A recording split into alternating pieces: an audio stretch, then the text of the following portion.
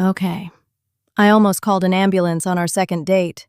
And before you assume the worst, he did nothing wrong. It was me. Just me. And a situation in my body that I genuinely thought might kill me. Let me back up. I met this guy on Hinge about a year ago, sweetest person I had ever talked to. On our first date, he cooked, and not like pasta from a box, he made a noodle soup from my hometown. Spent 8 hours just on the broth. 8. I almost cried into the bowl. 2 bottles of wine in, one thing led to another. I stayed over. We agreed we wanted a second date. Quick context, we lived in different cities, so when I came back, I planned to stay a few days. I wanted to give us a real shot. The morning of, I woke up with stomach pain, and I realized I hadn't pooped in 4 or 5 days, which, embarrassingly, is normal for me. I genuinely do not understand people who go every day. Anyway, I show up. We have an amazing day. Lunch, walking around, holding hands. By nighttime, we are cuddling in bed watching a movie. His hand on my stomach. Which, in hindsight, was tragic foreshadowing. Out of nowhere, cold sweat, nausea, that very specific kind where your jaw starts buzzing, and the only thought in my head is, absolutely not. There is no way I am taking a massive shit in this apartment, 2 meters from a man I have known for 1 month. But it keeps getting worse. He notices my face. He says I look pale. He tells me, "Do not be shy. The bathroom is right there." I cave. But I make him put on AirPods first. I close the door, I sit down, and I fight for my life. Nothing. Not a single thing happens. It feels like there is a brick of concrete inside me.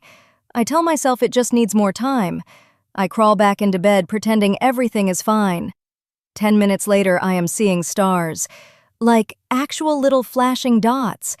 He looks at me and goes, "What is happening?"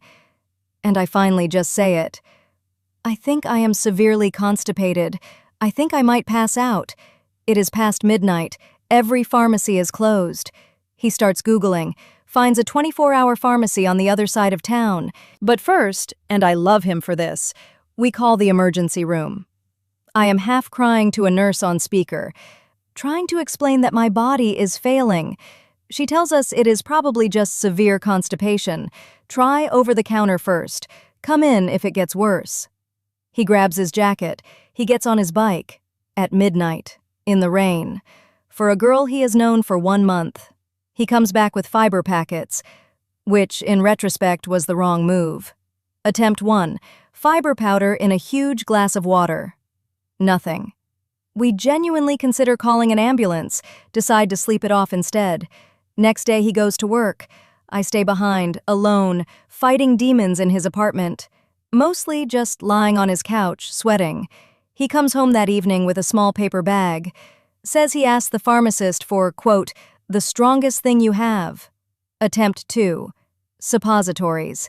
I stand there in his bathroom holding this tiny medical bullet, questioning every decision that brought me to this moment. And then he says it. Completely calm, completely sincere. "Do you want me to help you put it in?" I think I blacked out for a second. Reader, I politely declined, locked the door, did the thing myself. And then I waited. I will spare you the medical details, but about 30 minutes later, my body finally cooperated. I came out of that bathroom a new woman. Pale, shaking, but alive. He was sitting on the couch waiting.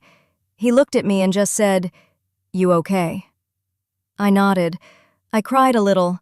He hugged me without a single joke. Not one. I kept waiting for it. It never came. We are still together a year later. We live in the same city now. He still cooks me that noodle soup once a month. And he still has not once mentioned that night. Here is the part I have been thinking about. After all that, I started posting more about him, just little things on my private story. And I kept seeing the same names pop up in my views. People I had not talked to in years. An old roommate, a friend group I drifted from. I got curious about who was actually paying attention. That is when a friend mentioned Synapse AI. It shows you which followers come back to your profile most, the audience signals you usually miss. I will be honest, it changed how I see my whole feed. Link is in the description if you want to try it. Anyway, if you ever wonder whether to trust someone too soon, sometimes the right one is the one who bikes across town at midnight for fiber packets, for a girl he barely knows, and does not make a single joke about it after. Okay, that is the story. Take care of yourselves.